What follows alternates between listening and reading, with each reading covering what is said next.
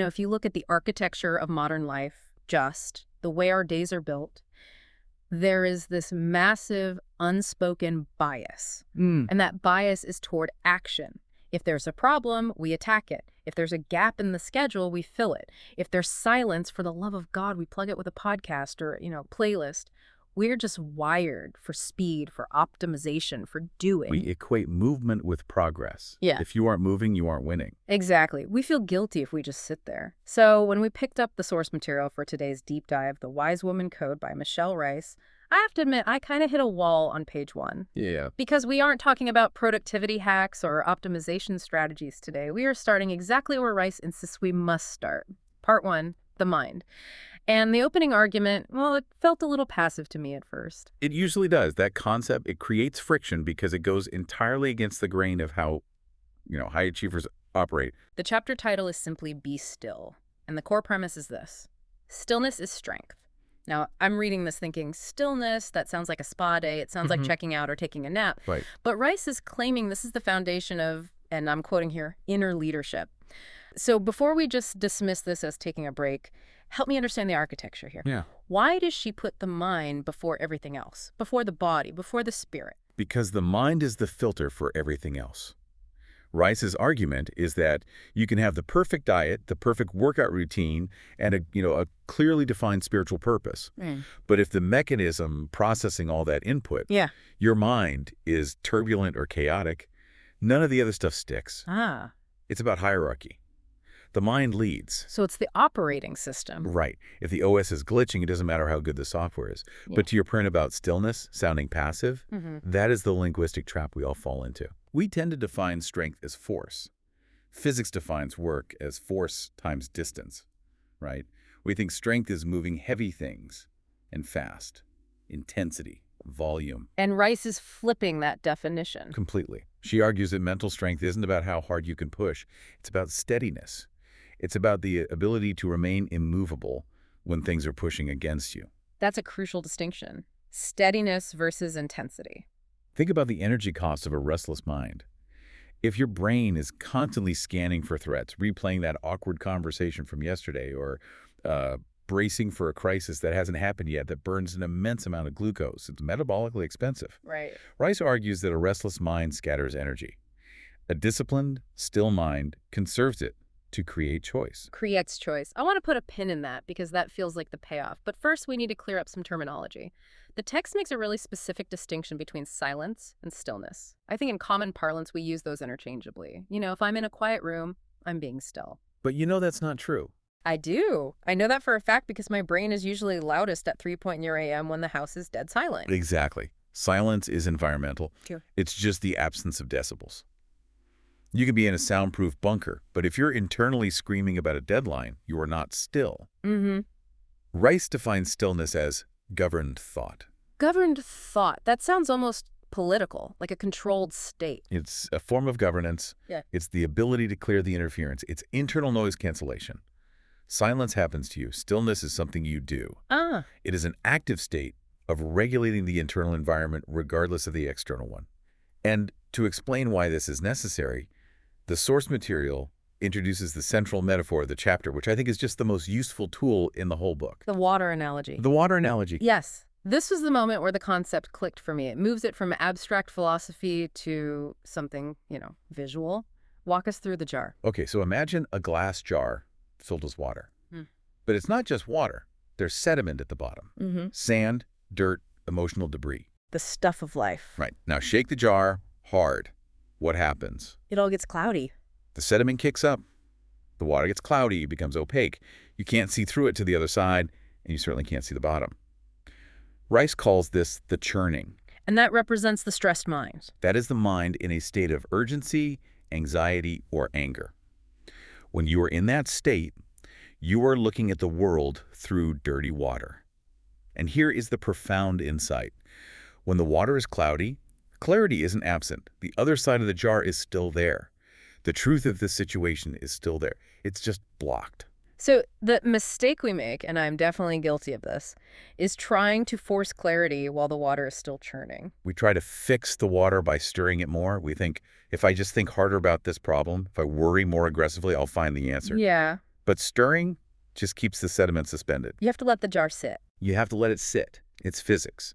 If you stop the motion, gravity takes over, the sediment drops to the bottom, the bubbles dissipate, and suddenly the water is transparent. Rice calls this seeing straight through circumstance. Seeing straight through circumstance. That is a powerful phrase. It implies that most of the time we aren't seeing reality. We're seeing our own agitation projected onto reality. Precisely. Think about a time you sent a reactive email. In that moment, the water was churning. You felt justified. You felt like you were seeing the situation clearly. They disrespected me. I need to set the record straight. Oh, yeah. But really, you were just looking at your own kicked-up sediment. And then 2 hours later, or the next morning, the sediment settles. You look at the sent folder, and you go, oh, no, that wasn't it at all. That's the danger of the churn. Reaction masquerades as insight. Urgency masquerades as importance. We think because we feel something intensely, it must be true. Stillness is the discipline of waiting for the water to clear, so you can distinguish between the noise and the signal. So this brings us to the how, because intellectually I buy it. A clear mind makes better decisions, sure. But Rice is asking us to do something that feels incredibly difficult in the modern age. She suggests starting this practice in controlled environments. The training ground. Right? Early mornings, silent rooms. And she acknowledges, which I appreciated, that this is excruciating at first. Painful. It's genuinely uncomfortable. Why is it so hard? I mean, it's just sitting there. But if I try to sit in a chair for 5 minutes with no phone, no music, and no task, I feel a physical itch. I suddenly remember I need to change the laundry, or I need to check the stock market, or I just need to move. What is happening there? You're going through withdrawal. Rice reframes that discomfort as detox from overstimulation. You have to remember, your nervous system is adapted to a baseline of high-velocity input. Dopamine hits, notifications, headlines. When you cut that off, your brain interprets the silence as a threat. It feels unsafe, like something is missing. It feels like a void. And the brain wants to fill the void. But Rice emphasizes, and this is key for the skeptics, that you aren't hiding in the quiet room to escape life. This isn't about becoming a monk. It's about tolerance. You are training your nervous system to tolerate the absence of noise so that you can hear the deeper signal. It's resistance training. It is. You don't learn to swim in a hurricane. You start in a pool. Yeah. You don't learn mental stillness in the middle of a shouting match with your spouse. You start in a quiet room at 6 a.m.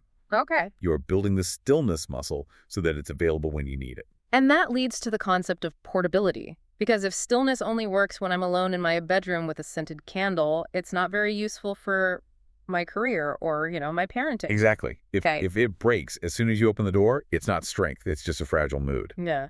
The ultimate aim of the Wise Woman Code is to take that stillness out of the quiet room and carry it into the chaos. Into the traffic jam, into the board meeting. Into the conflict. Rice talks about the internal pause. This is the tactical application of stillness. Let's unpack the internal pause, because this sounds like the bridge between the theory and the real world. It is the split-second mental break. It's the space between stimulus and response. Viktor Frankl territory. Very much so. Stimulus, you get a rude comment or a terrifying medical test result. That's the event. The default human setting is stimulus reaction. Right. The water churns and the sediment drives the car. You snap back or you spiral into panic. And the pause breaks the circuit. The pause creates a gap. In that gap, you don't necessarily solve the problem. You just let the sediment drop an inch. You ground yourself, and then you choose a response. The difference between reaction and response is agency. Reaction is automatic. Response is chosen. There's a line in the chapter, you don't wait for the world to get quiet, you quiet yourself within the noise. That feels like the definition of that inner leadership we started with. It's the only way it works. If you are waiting for your job to calm down, or the economy to stabilize, or your kids to stop shouting before you find peace, you are going to be waiting forever. That is outsourcing your peace to external circumstances. Right. Inner leadership means you bring the quiet with you. You become the eye of the storm. Okay, I want to get tactical, because be the eye of the storm is great advice, but in the heat of the moment, my amygdala doesn't care about metaphors. It wants to fight. Right. The book offers 3 specific wise woman practices, and I was surprised by how small they are. Small is the only way to bypass the brain's resistance. If Rice said, meditate for an hour a day, no one would do it. Practice 1 is 5 minutes of intentional mental quiet daily. 5 minutes. But the rules are strict. Yeah. No phone, no music, no tasks. The no music rule is the one that gets me. I usually think of calming down as putting on a chill lo-fi playlist. Why does she forbid that? Because music is still input. It's still external emotional regulation. You're using the music to soothe you rather than learning to soothe yourself. Ah, I see. This practice is about being okay with just you. It's about watching your thoughts without wrestling them. You are just observing the water settling. Then there is practice 2, the deliberate pause. This seems like the one designed for the workday. This is the actionable tool. The instruction is to take just one breath before answering a question or sending a digital message. Just one. That seems insignificant. Does one breath actually do anything biologically? It does. It's a pattern interrupt. Yeah. When you are in a high-stress state, you are in your sympathetic nervous system fight or flight. Your breathing becomes shallow and rapid. Taking one deep, deliberate breath signals the vagus nerve. Okay. It nudges the body toward the parasympathetic state rest and digest. It literally buys you your brain back. It prevents the send regret. We've all been there. You type the furious Slack message, you hit enter, and 3 seconds later you think, I shouldn't have said that. That one breath is the difference between keeping your job and losing it sometimes. It's the difference between escalating a conflict and resolving it. And practice 3 is simply returning to the breath when the mind feels crowded. Again, it's using the breath as an anchor. The logic here is nervous system training. We are building a reflex. If you practice stillness when things are relatively calm, your body knows the pathway back to it when things are chaotic. You fall to the level of your training. I want to pivot to the reflection moment the chapter offers. We try to do this in every deep dive. Give the listener a question to chew on. This one really made me stop. It's a probing one. The question is, where in my life would clarity improve if I allowed more mental quiet? What came up for you when you read that? Honestly, parenting. Specifically the morning rush. The shoes are missing, the bus is coming, voices are getting loud. My default setting is to match that energy. I get louder, I get frantic, I start churning my own water. You join the chaos. I amplify it. And if I look at that through this lens, if I had mental quiet in that moment, I would see that missing shoes are just missing shoes. It's not a crisis. It's not a reflection of my failure as a father or their rebellion as children. It's just leather and rubber that isn't where it should be. That is a perfect example of the sediment clearing. When you're churning, missing shoes feels like a personal attack. When the water is clear, it's just a logistical problem to be solved. You can direct traffic instead of causing a pileup. It changes the stakes completely. It does. And for you listening, I'd encourage you to really look at your own friction points. Is it your inbox? Is it a difficult relationship with a colleague? Where are you reacting to the turbulence instead of the truth? Where are you fighting ghosts because your vision is blurry? It frames stillness not as a luxury, but as a performance enhancer. We aren't trying to be monks. We are trying to be effective. We are trying to stop getting in our own way. A balanced mind creates capacity. It doesn't make the hard stuff go away. The shoes will still go missing. The emails will still come. But it gives you the capacity to handle them without breaking. Before we wrap up this deep dive, let's hit the affirmation from the chapter. The Wise Woman Code uses these as a sort of mental anchor. Yes. The affirmation is, stillness strengthens my mind and steadies my choices. Stillness strengthens my mind and steadies my choices.